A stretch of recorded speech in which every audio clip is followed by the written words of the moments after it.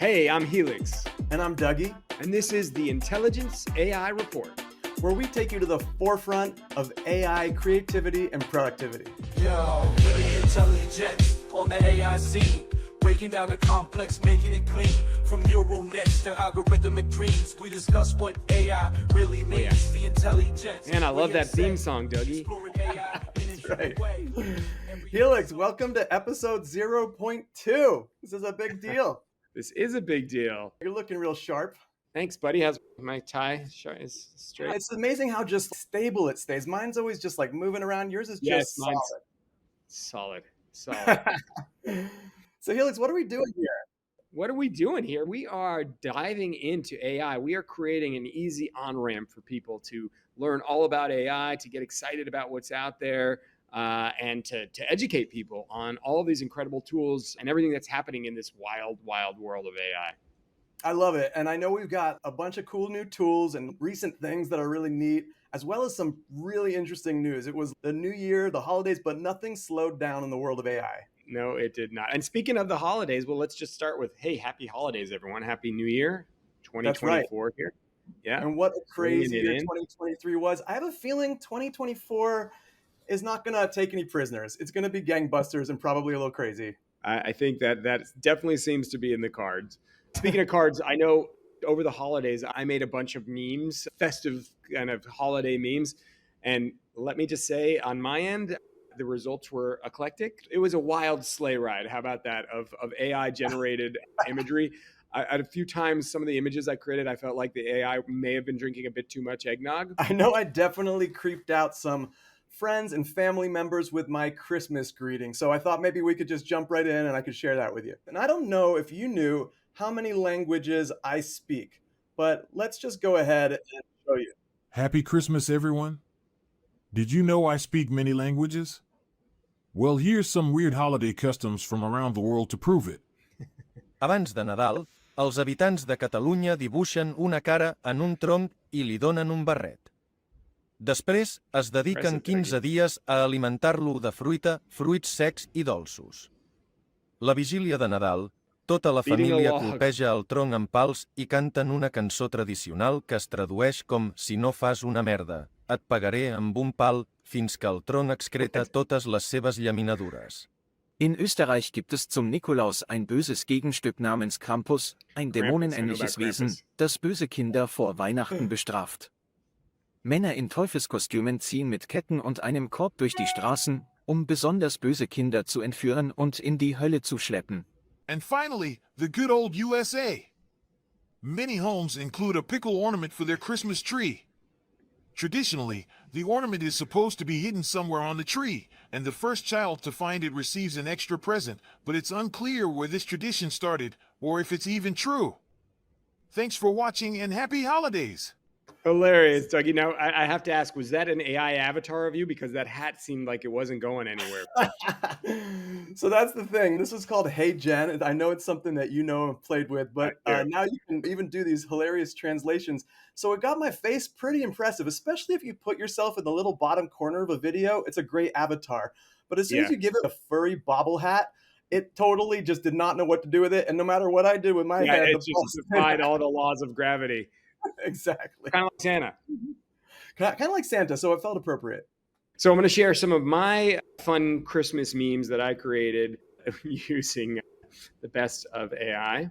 Yeah, it did a pretty good job here, you know, ho, ho, ho, uploading Christmas cheer.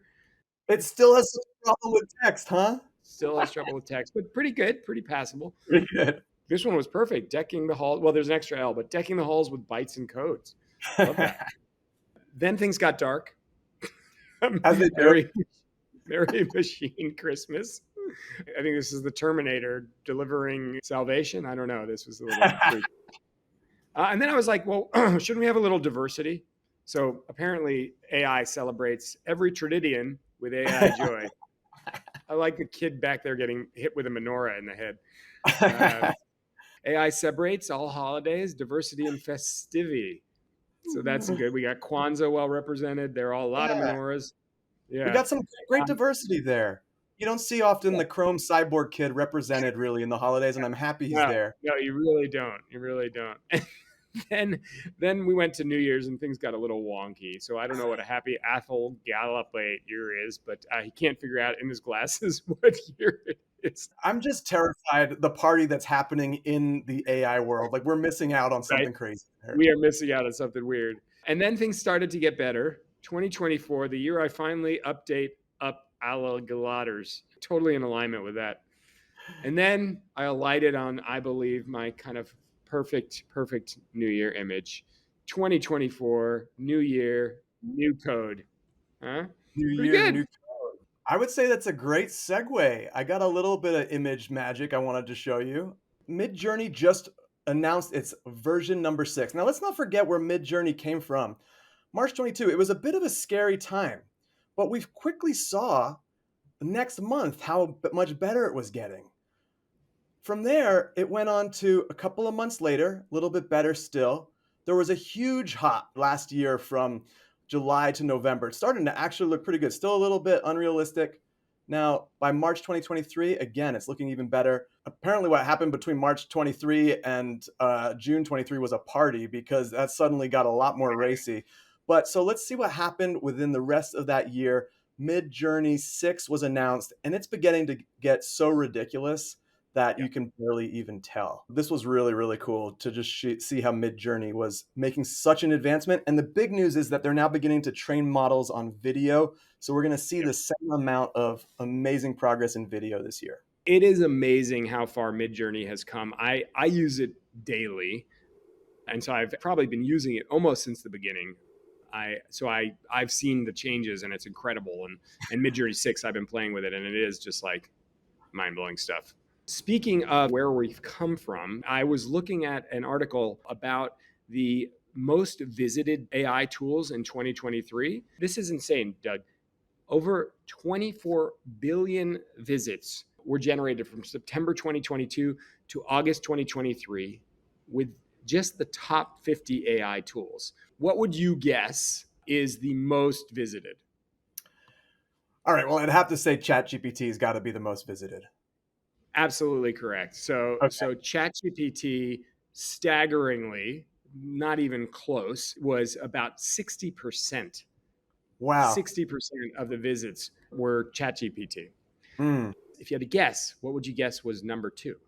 Ooh, that's really tough. If I had to guess what number 2 was, I would say it's everybody using. What about Bard? Google Bard? Are people using that? Maybe not. No one's using No, Google Bard. this was really interesting. So number 2 was character AI, which I hadn't even played with it. It's just like a character chatbot, right? So it's like you can ask, it's not even avatars. It's just like a little chatbot where you can ask different characters. So you can have a conversation with Shakespeare and ask him to write you pickup lines, something like that. Yeah, it was very bizarre to me that was 15% of total visits. And then MidJourney's 4 with only 2%. Wow. Bard at 1%. Wow. So wait, anyway, what were the percentages of the top 5 again? Can you give us a run through? So top 5 is OpenAI, chat, then this character AI. Quillbot was number 3, and Quillbot basically, heard of it. I know it's a writing tool, so it basically allows you to check for plagiarism with AI or to rewrite things. Played with it a little bit. MidJourney, and then Hugging Face, Bard. So it's not necessarily what you think. And I would probably say if this was a list of the best names, Hugging Face would either make it to the top or the last position. What do you think? Yeah, I like Hugging Face too. Where's the meme? I'm going to make a meme for that. Some of the tools I use most aren't even on the list. Like, where's Runway? I use Runway all the time. We're using Descript for the podcast. All these people recording their meetings. A lot of meetings, people aren't even showing up. It's just their AIs, which is hilarious. At some point, there's just going to be just our meetings in the AI, and then our AIs are going to be in the meetings, and then hopefully we're going to just be able to write poetry under the tree and relax, and then our AIs could just deal with everything. That's right. The otters, right? I use Otter a lot, and that's and often I'll get into a meeting, and it's just like me and a bunch of otters, and I'm like, what happens if the people don't show up and it's just the otters doing their thing? Exactly. That would be a fun. Yeah. So I use one called Grain, and I will say that I just discovered a feature on it, which is amazing. And it allows me, especially with very verbose clients who talk a lot, I can now, it's built into the tool. I don't have to copy the transcript out. I can chat directly with the transcript and be like, That's what was right. the client saying about this? Or what's the Yeah. client's target audience? And it like looks at all over the transcript and it pulls it together in a nice kind of concise thing. And the client's like, oh And then, my God, how you managed to just capture exactly what I exactly what I and then you can meant. have a conversation with it, right? You can literally talk to it, Yeah. and it's amazing. So yeah, so Dougie, the year is ended. I think there's incredible things coming. You just showed us kind of the progression of MidJourney. What else Yeah. is exciting you right now? What are you seeing? You mentioned MidJourney, so I thought we could just go back to that for a second because people are having so much fun, and it's really curious to me. And I'm not surprised, honestly, MidJourney isn't as high, perhaps. Marketers are using it, and entertainment industry for visualization. There's definitely some good niche categories. A lot of people are just having fun with it, which I think is great. Like people playing with all these tools is really how they develop and how people figure out because there's no manual for any of these things, right? Not like the AI companies, but like here are all the things you can do with it. They're literally getting the public to almost write the manuals and figure out what's going on in this AI black box. As we've discussed, most of these guys are like four guys in a garage, right? So it's Exactly. yeah, they're just Great. making this So stuff up as they go. just making it up and seeing what happens. So, all right, I'll show you what I got here. Well, now, this is Dogan Ural, and he used Magnific to zoom in on this piece of meat. So let's go ahead and see what happens when you zoom in 128 times Can't wait. onto a piece of steak. All right, so we're going to zoom in and we're going to run it through Magnific. Oh my We're going god, to zoom in and run it through Magnific. we're going cellular here. Magnific is just figuring out, it's taking its best guess at what is even going on here. Now, I don't know exactly what a piece of meat looks like underneath a microscope. It'd Kind be of looks like really interesting. Iceland. Yeah. Oh man, it looks like a terrifying planet that I do not know if I would want to explore. So that was Magnific just zooming in on a piece of What's meat. so what's the process here? Like, so he's just upscaling. He upscales and then takes that upscale and then upscales that and then just continues on it. At some point, would we see like little small like microbic entities on there Well, dancing it's a around? really good question. I recently saw someone who got a blurry UFO. It was one of those typical UFO shots, and then they just kept zooming in, and they must have messed with it because eventually they saw aliens in the cockpit. Actually, that brings us to this one. Now, this is a really fascinating experiment, and this is a combination of MidJourney for the imagery, Magnific for the upscaling, and Runway ML for the video. What it's doing is it's upscaling, first of all. You're using Runway for the motion brush to get that smoke to move and get that fire to move. And then he is going in, again, with Magnific and up-resing the video and using, again, Runway to look at the face of this guy. All right, so he's used a combination, and that's what the real experts in AI are doing. They're not just playing with one tool, they're learning how to use multiple tools together.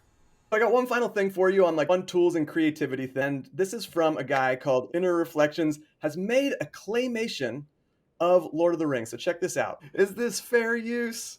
I mean, come on, but like it's definitely entertaining.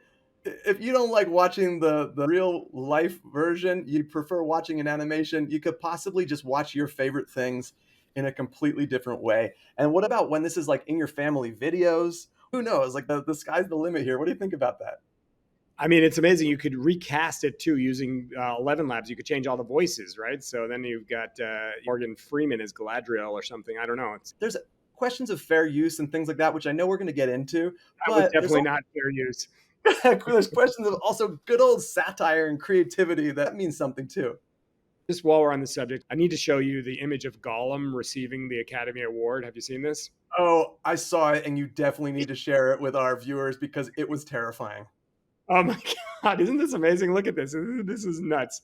It's so terrifying, dude. It's just cringy, in fact. Congratulations, Gollum. The dress. I like the dress the most. That's It's like barely staying on. Have you ever seen a amazing character, a YouTuber does something called 2-minute papers? The short videos from the cutting edge of things, right?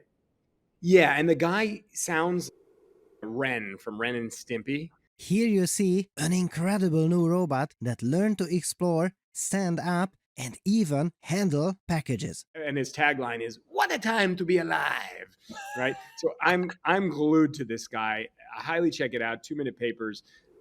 But he did this video, which I'll share here, showing how we can train robots using virtual environments. So this is a robot who's learning how to handle boxes, open doors, and some of this can be both dangerous and destructive, right, to the people around. But look at this. This is a virtual simulation in which basically all the mechanics of the robot's movement have been translated, and it's now able to run simulation after simulation until it learns how to do the thing inside of a video game, essentially. These things were playing Minecraft for years of simulation time and being able to learn massive amounts inside of these simulations. So now we're in this world where the AI is teaching. You can see some of this is how it progresses, right? This is the AI trying to walk originally, kind of wonky. But now we can see how the AI, which is the intelligence itself, and the robot, which is its body eventually, right? How it's able to train its body inside of a AI simulation. In AI time, it could learn everything it needs to know in probably the blink of an eye, right? Like in this simulation time, because it's not the same as. Can it? Because I don't know about you, but I have seen some of the ways that humans treat robots. I have seen people graffitiing those little Amazon robots that like roam around. I don't know what the thing is with people. It's not a robot, but people throwing like, scooters into the creek. Basically, what I'm saying is I hope they program some really aggressive non-player characters into these simulations that just mess with them. I don't know if you saw the Boston Dynamics, people just trying to push them over. So yeah, because probably in the real world, things are going to go a little crazy. Well, right, sure, and they would factor some of those things in, but the point being, like that all of this stuff can happen inside of AI, and then it can translate all of this learning into its new bodies, and it can probably like learn the things way faster, right? Like multiple times at once. Like it can try 50 different door handle tricks. You know? Exactly, and learn all of the things. So I found this to be a really fascinating. Again, highly recommend this guy. 2-minute papers, super fun stuff. What a time to be alive. Oh, cool. Here's one piece that's pretty funny. The AI was going down the simulation hallway, and it got stuck because they had one spot where they showed TV, and it just was stuck watching just like a human. It was, yeah, exactly. That's crazy. They act just like us, right? They're our mirrors, right? So we really hope, we want them to take the work off our plate. We don't want them to become just as lazy as us, because then they'd have to create their own AI, and gosh, when would it end? Food for AI's information. So you stop in front of a TV, that's a lot of stimulus coming at you. Right. Well, hopefully we're giving them like quality documentaries and good books to read, and not giving them like romance novels and like the worst quality videos. I love what an optimist you are, but we're giving them everything and terrible, terrible things. I mean, this is why we see biases in AI and all of this, because they're mirrors, right? They're mirrors of us. So that's why we see terrible homophobia, racism, all of these things, is that they're reflecting what they're seeing in humanity. Chrome cyborg kids just getting left out of the equation. So yeah, glad you're doing your part. Nora, it's not fun for anybody. Next thing I want to share is a really fun thing I saw, which was like, hey, do you want to make videos in ChatGPT? And I was like, wait, we can make videos in ChatGPT right now? And we kind of can. It's actually a little plugin called Veed, Video GPT by Veed. And I did this for us, Dougie. Cool. I said, make a video about me, Helix, and my co-conspirator, Dougie. We have a podcast called The IntelliGents, all about AI. The video should be a promo, super fun and engaging, young and hip with a hip-hop soundtrack. Love it. And then it created this. All right, listen up. We've got the podcast that's about to blow your mind. Introducing the IntelliGents podcast, where Helix and Dougie drop knowledge bombs like nobody's business. And guess what? It's not just for the tech geeks. Nope, this is the AI podcast even your mom will enjoy. We've got the perfect blend of wit, humor, and mind-blowing insights that'll keep you hooked. So get ready to level up your intelligence and join the IntelliGents revolution. So hit that follow button and let's dive into the world of AI together. The IntelliGents podcast, where brains meet entertainment. You can say that it hit all of the things. There was not really a hip-hop soundtrack, but not bad for a text to video. Where did it even get the imagery?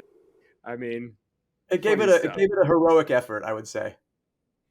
A heroic effort. Yeah, exactly. And again, we're in the beginning of 2024. Where is this going to be at the end of 2024? We're looking back on January 3rd, 2025, right? I'd love to say I had an idea, even an inkling of where we're going to be. I have no idea, buddy. There's nothing's guaranteed this year. Another thing I'm going to show is this really cool application, which I believe came from Alibaba, allows you to do prompt to avatar. So Nice. as you know, I work in the metaverse space, right? This was just like, wait a second, what? And this video is quite funny. The prompts themselves, you can see, not made by native English speakers per se.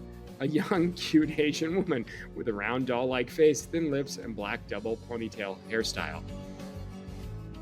So once these cute facial expression. Are these then you can use these models as in like an animation tool or something? You can use these in metaverse experiences or in games. Okay. Cool. A cool girl sporting ear-length short hair, freckles on her cheek, just on one cheek.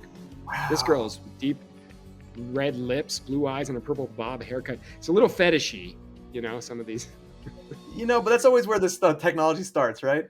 So, okay, like an application, you can think about this. You could instantly create your own people in your virtual world. Like if you're a kid, you could create your own games, right? And have characters that you just describe and suddenly they appear. Like what other types of applications are you thinking about? The parameters around avatar creation, like it is a challenging thing. There's a lot of information. It's hard to get right. So something like this takes up a massive amount of work and would allow people to really be able to express themselves fully however they want in virtual worlds. Pretty cool stuff. Yeah, really cool. Yeah. Okay. Last thing on my bucket list before we jump into some fun news. May have heard, but Mickey Mouse, or at least Mickey Mouse's earliest appearance, Steamboat Willie in 1928, is now in the public domain. Wow. Well, what does that mean? Do you remember this thing that happened with Winnie the Pooh entering the public domain recently? No, apparently I missed that.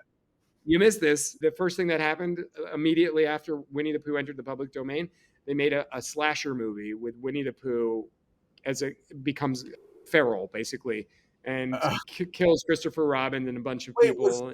Was this Cocaine Bear? No, it's not Cocaine Bear, but he literally becomes a serial killer. It's creepy. They're already making a sequel because it was so popular. Well, okay, so let me get this straight. So after a period of years, copyrights can't be renewed anymore, and so Mickey Mouse has just hit the spot where Disney cannot renew their copyright, so people can use Mickey Mouse however they want. Steamboat Willie version of Mickey Mouse, yes, is in the public domain and can be used nefariously.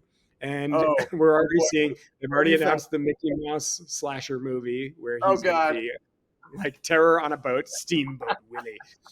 And then something really disturbing happened, which is, of course, the internet got a hold of this. It always does. Like to introduce you to Creamboat. Oh geez. Creamboat Willie. I just don't know what to say. Gouge my eyes out, and my childhood memories will never be the same again. Terrible. Disney World is already a little terrifying. That brings it to a whole new level. Yeah, pretty awful stuff. This is what happens when the internet is Mickey Mouse. So anyway, wanted to just bring that to you. You just reminded me of a whole lot of terrible stuff that I saw this month. I think we probably shouldn't go down that rabbit hole. I think we should probably get into some more constructive stuff. What do you think? Let's not go down that mouse hole. Let's jump. Yeah. Let's jump into some news because there's so much that happened. There's so much that happened. Yeah. Tell us about the last couple of weeks. Okay, well, so wild because we get on this podcast, we're like, wow, how can the next podcast have as much crazy news? Well, it's the world of AI. So things are just going wild, fast all the time. Just talk about a big one right now. And this is the OpenAI versus the New York Times. And so what's happening is the New York Times is the first major media company, and this was from Axios.com, to file a lawsuit against OpenAI and Microsoft for copyright infringement. The legal battle could set a precedent for how courts define the value of news content in training large language models and what the damages are for previous use. And so OpenAI comes back with, we respect the rights of content creators and owners and are committed to working with them to ensure they benefit from AI technology and new revenue models. Our ongoing conversations with the New York Times have been productive and moving forward constructively, so we're surprised and disappointed with this development. We're hopeful that we will find a mutually beneficial way to work together as we are doing with many other publishers. Helix, what do you think about this stuff? Some of these companies are starting to make guarantees, like Adobe makes a guarantee, right, that if you get sued for anything that comes out of Adobe's generative fill, for instance, that you will be protected, because it's all going on their library, which is they've got the rights to. They have the rights to. Right. But where all of this information, where all this content's coming from, it all comes from somewhere, right? Right. It's not just made up. And so I think the legalities of this are going to struggle to keep up, but once we start to see regulation here, it's going to get really interesting, and it may slow things down quite a bit. It may really slow things down. That's why in some ways Grok, Elon Musk's version of AI, is rather brilliant, because Grok is drawing on everything in Twitter, right, which he owns. Oh, interesting. So in the terms of service of Twitter, like, it says we can use your stuff however we want, probably, and that's what all of these companies do. That Facebook does it. It's right. If you publish on Facebook any image on there, they have the rights to use it, right? So it's going to become a question of who owns the data. Right.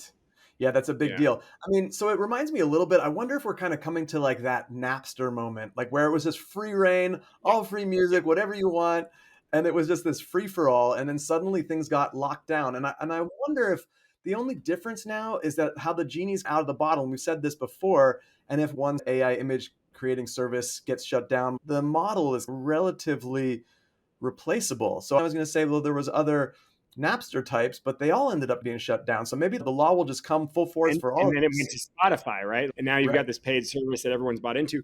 And so on that note, Apple, in the news, has been negotiating to train its AI systems by talking to all of these different news companies. So they're trying to actually get licenses from news companies so that they can start to train and have that be above board, right? Right. And as we see, of course, Apple jumping into the fray here. And of course, when Apple comes out with whatever they're coming out with, it'll be a whole new level.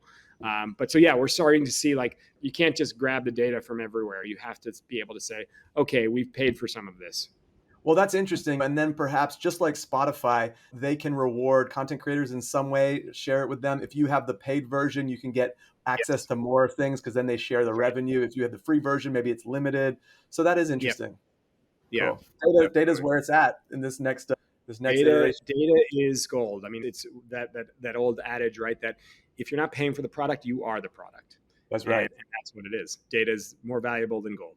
One of the things we like to do on this podcast is let people know, yes, there's some things to be concerned about, but AI also has these amazingly powerful tools, this amazing potential for really helping out humanity. So I do, as the real optimist, I love to bring it back to that. And I wanted to say that I found something in the sciencealert.com, and this was AI turning thoughts into text. And now, as I said that, I imagine that some people are going to be like, well, that sounds creepy as hell. But hear me out for a second. A world-first, non-invasive AI system can turn silent thoughts into text while only requiring users to wear a snug-fitting cap. The Australian researchers who developed the technology, called DeWave, tested the process using data from more than 24 subjects. Participants read silently while wearing a cap that recorded their brainwaves via EEG and decoded them into text. Creepy? Well, maybe a little bit, but the article continues. With further refinement, DeWave could help stroke and paralysis patients communicate and make it easier for people to direct machines like bionic arms and robots without invasive surgery, which, is a little bit intimidating. So it's amazing to think of how these tools can actually, how this technology can really help people who need it. I saw a piece of content from Tristan Harris and his partner, who's an amazing technologist, definitely on the, like, hey, AI is terrifying and there's some really scary stuff we have to be aware of.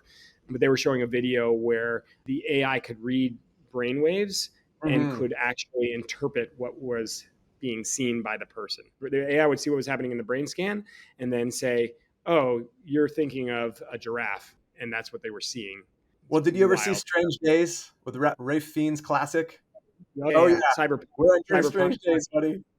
Yes, Strange Days. Johnny Mnemonic style. I'd record those memories and just play them back, good, bad, or the ugly. But, and this is the negative implication, is that government, for instance, could know what people were thinking. At least it needs a cap right now, but a cap's way easier than slicing into your head. And then eventually, you know what? Maybe we're not going to need a cap.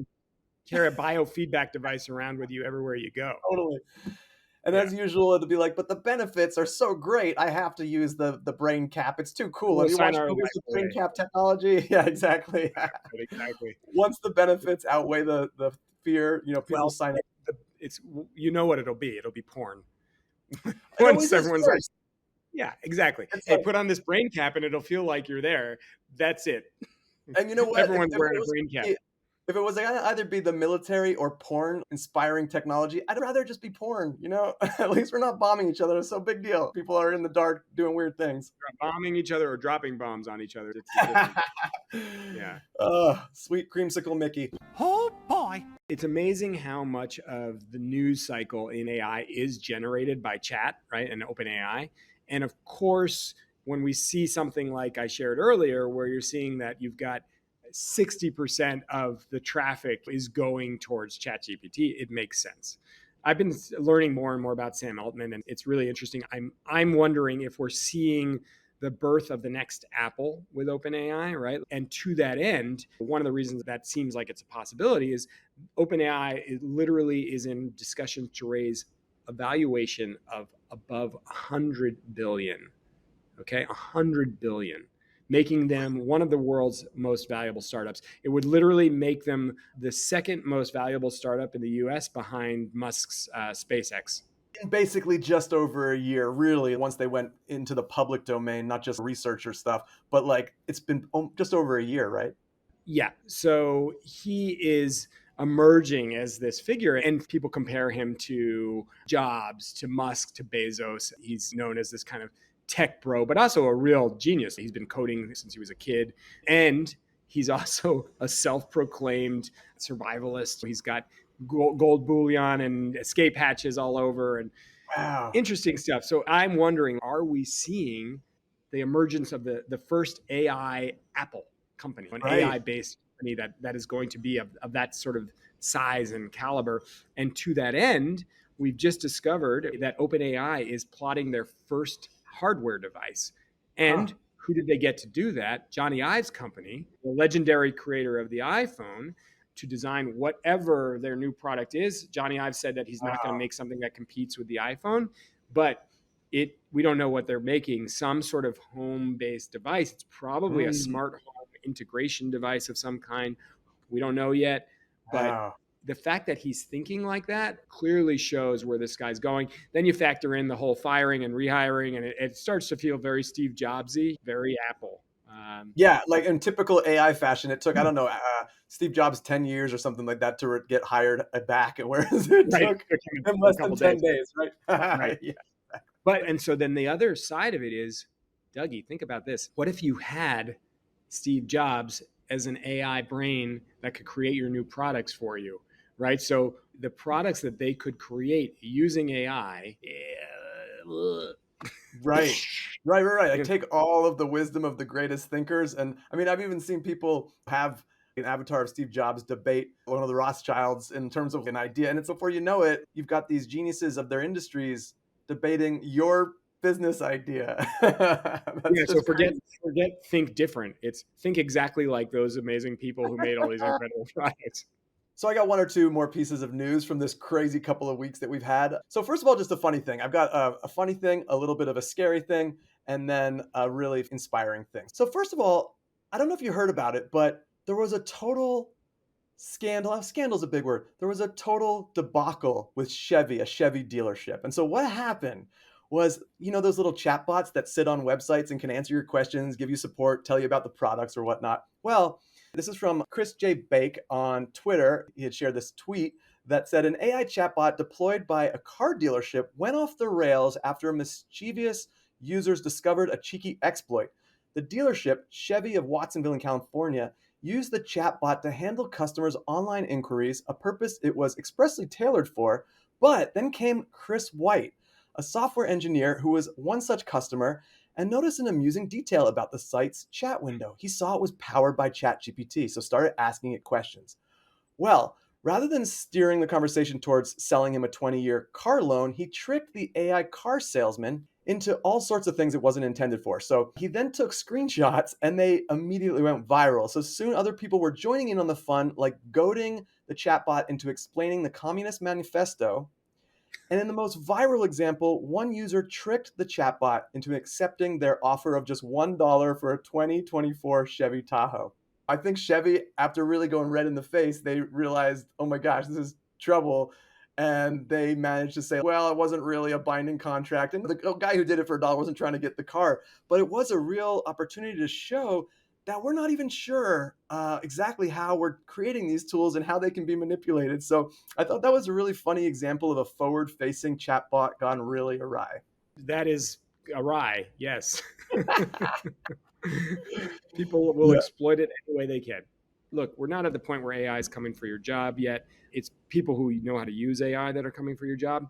That may be changing even more rapidly than we thought. Google has laid off approximately 12,000 employees and is considering layoffs to the tune of 30,000 employees. And they're laying them off so that they can use AI in place. Yeah.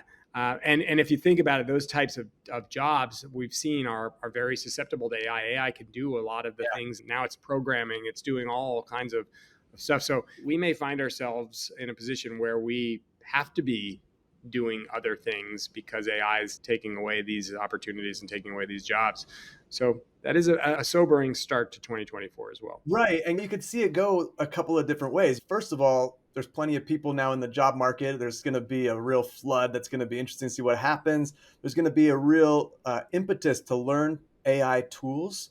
Even my industry, digital marketing, I know for you too, it's changing so much that the only option for me is to figure out and play and learn how to be more creative more quickly and do more things in more interesting new ways. Otherwise, I know that I'm going to get outsourced, right? So there's that.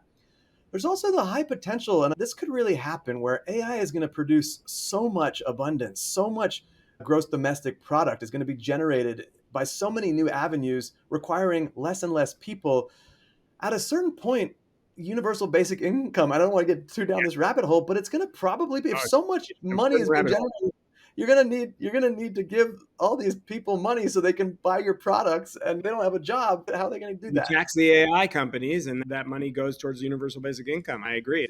That is absolutely one of the potential positive aspects, right? Potential with a big P. With a big question mark at the end. Yeah. Totally.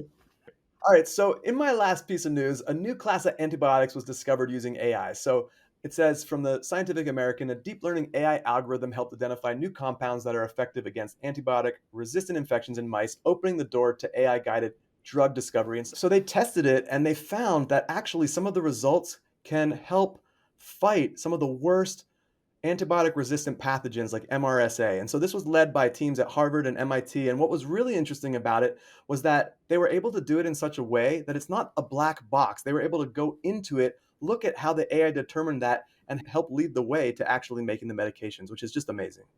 Yeah, really amazing. And so, right, as you said, it's like on the one side is the pit and on the other is ascendance. And that seems to be the case with AI. Dougie, would it actually just made me think, and this is a new thought for me, but it's really, AI is just humanity, right? Like it's everything that we do that's negative. It's everything we do that's positive. It is that same heady mixture of what it is to be human because humans created it. Where it goes when it has its own intelligence will be really interesting because it's going to make its own decisions around what things are useful and what things are not from the human perspective. But really, it's a mixed bag, just like us. Yeah. Yeah, and just like a parent, that we are parents to the AI, and eventually the child grows up, and you can just hope that you gave it the tools to be a good human, to navigate things, to find its own set of ethics. And at some point in the future, hopefully it looks back at us and sees the errors of our old archaic ways of thinking and helps guide us towards being even our best selves. So yeah. I got some hope there. Or doesn't give us the option, you know? That's right. So all of that said, our show's focused on the positive side of things for the most part. What do you got for us? Something to put a smile on our face. All right. Well, so I guess this comes up to our first mailbag grab bag, or whatever we're going to call it. But basically, we're looking at comments that were made on our socials. So if you've been liking this podcast, or if you haven't been liking it, then leave a comment on our YouTube or wherever else you're watching. And I'm kind of excited for the trolls. I want to get trolled. Like, bring it. Helix, then you're going to love what I've got. I've got 2 positives and I got 1 maybe less positive. So I'm going to do what they call a compliment sandwich. I'm going to give you a positive. I'm going to give you the less positive, and then I'll give you another one. So, okay. So we got, first of all, from our buddy and our first commenter, Tyler Hansen. Loved our first Tommy. video. He said, nice work, gents. Love the banter. Love the info. Congrats on launching your first piece. Sweet Tyler. Tyler, you're our Love first you, commenter. buddy. You get the prize.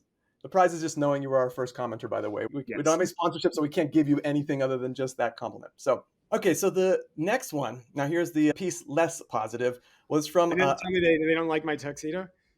I wish it was that simple, Helix. I'll just say that Tommy H said, AI art a misnomer because it's actually algorithm-generated imagery compiled from years and years of actual artists' hard work through sampling art and reconfiguring those pixels into soulless, homogenized image that has actively destroyed the livelihood of thousands, if not more, actual artists. It's not the same as a camera or what the Luddites in modern terms called automation, because it's actively stealing the art without consent or compensating the artist while simultaneously destroying the illustration industry. Ask me how I know, #unemployed. It will eventually come for you too. In the meantime, know by promoting algorithm compilation, a much more accurate yet less marketable term, you're killing art. Oh boy, Helix, what do you have to say? Look, I think it's a valid perspective, right? We thought the artist would be last to go and that AI wouldn't be able to touch art for a long time, and it's done a remarkable job. But the adage about Chinese copyright law, What is copy, right? And so Right. there's a bit of that here. And so, yeah, Tommy, I'm sorry you're struggling. I also believe there's another perspective, which is that if you're an artist and you have access to these tools, you can actually become an even more incredible artist, right? So there's two sides to the coin. Yeah, that's a little bit how I felt. And we interacted a little bit briefly. And a few other people left some comments because, first of all, it has come from me. It's come from my industry, like I said earlier, right? So I was able to say, yeah, and I'm trying to ride the wave to stay relevant. That's the thing. And like you say, the non-creative can start to feel creative. The creative can potentially even feel more creative. So it's like there are some other aspects to it. And obviously, some of the things we've talked about, there needs to be some resolution for. So my heart went out to him. We're not just all about the positivity and light. So feel free to leave your thoughts and opinions no matter what. Absolutely. This is a conversation, right? And there are a lot of opinions here. Exactly. The last comment from this podcast, Mailbag Grab Bag, was from Will C. And he said, great episode, gentlemen. Appreciating the insights on the latest AI trends and the clear explanations. Looking forward to the next one, guys. Well, hopefully we meet your standards, Will C., on this episode. Hey, we're learning, we're growing. This isn't even an official beginning of the show yet, right? This is us experimenting, starting to find the format. So we absolutely want your feedback, and you're going to help us figure out how to give you the best possible podcast on AI that you could ever desire. We want this to be fun. We want this to be actually useful and inspiring, and also cover some of the things that are a little bit challenging, but ultimately work towards solutions, face the future, get ready for it. And like I said, yeah, like you said, actually watch it with your mom, because I bet she'd love it too. I mean, with guys like us, moms love us. Come on, who are you trying to kid? My mom does. My mom loves you. My mom loves you. You guys haven't even met. She's like, Yeah. That's one good looking buck. I tell you. So Dougie, we're gonna end on some really fun images. Why don't you go first, and then I have one that I think is gonna take us to some new heights, literally. Okay, sure. So here's a fun one that I found by this amazing woman that I follow on Twitter. Her name's Allie Miller, and she's always got great stuff, very insightful. But I thought this was funny, and I'm sure a lot of us can relate. AI turns this single bullet point into a long email I can pretend I wrote. And then this woman says, AI makes a single bullet point out of this long email I can pretend I read, which I just feel like, how much of that are we seeing right now? All right, and so Helix, what do you got? So for mine, I've got to give credit to my lovely fiance, Casey Lee, who sent this to me last night, actually. And I thought this was just amazing about bunny happiness. Let's see it. Somebody asked Chat to generate an image of an adorable bunny. Here's an image of an adorable bunny sitting in a grassy field surrounded by wildflowers. Make it happier. Here's the updated image of a very happy bunny in a sunny grassy field. Make it even happier. Here's the image of the happiest bunny imaginable in a vibrant sun-drenched meadow. Happier. Creating an even happier bunny is becoming quite a creative challenge. We've already depicted the bunny in various joyful scenarios, each more jubilant than the last. For this next attempt, I'll try to imagine a scene of unparalleled happiness, pushing the limits of whimsy and delight. Let's see how this translates visually. By the way, pushing the limits of whimsy and delight is how I think of you, Dougie. Doing my best. You're not understanding. It needs to be far more happy. Reach an even higher level of happiness for the bunny, surpassing all previous creations, presents a unique and imaginative challenge. This time I'll attempt to conceive a scene of pure unadulterated joy and wonder, aiming to go beyond any conventional boundaries of happiness and bliss. That's how I think about you, actually. There you go. Here's the image of an entity that transcends the form of a rabbit, embodying a happiness so vast and powerful, it permeates all dimensions and universes. And here is the image of an entity that embodies the ultimate form of happiness, transcending all known beings and concept. This entity is the very essence of happiness, the only existing being, and the defining force of all existence, the bunny of bunnies. Helix, that was mind-blowing. I've seen some of that happen, but I have never seen it get to that level of true transcendence. So, transcendence of the bunny. You're going to have to thank Casey for me. That was profound. I feel like we're wrapping it up here. Is there anything that you wanted to close on? Well, we've kind of got a little bit of a tradition of ending with a quote, right? And so in keeping with the enlightened bunny quote, I have a quote from Confucius. If your plan is for 1 year, plant rice. If your plan is for 10 years, plant trees. If your plan is for 100 years, educate children. If your plan is for eternity, develop artificial intelligence. Well, that's something that Confucius did not say, but you know. He was so ahead of his time, though. Truly. Amazing. Well, it's been another super fun time together, and I no doubt that by the next episode, we're going to have lots of things to talk about. So in the meantime, thanks so much. This has been a blast. It's been great. And I don't know, Dougie, what do you think? You want to make this official and the next time do V1, our actual first episode? I think we might be there. We'll see. I think we're pretty close. So in the meantime, you can head over to the IntelliGentsAI.com. That has all our links, as our Instagram, our YouTube. Tell us what you think. Tell us what you want to hear more of or less of. Comment, mostly positive, but if you need to throw in a little trolling one, that's fine too. And I say bring on the trolls. I ain't afraid of it. Come on. If there's any guests that you think we should invite on, we want to really start to invite some awesome firecracker guests on here. We're always open for that. So yeah, I think we got some fun stuff coming for you guys. Thanks so much for tuning in. This has been the Intelligence AI Report. Thanks, everybody. Happy New Year. Happy New Year. Bye. Helix on the mic with insights to cost. Dougie with the facts coming at you fast. Together we decode the future's vast. In the world of AI, we're unsurpassed. The IntelliGents with every play. We navigate the AI fray. Join our pod, be our guest. In the AI talk, we don't wait.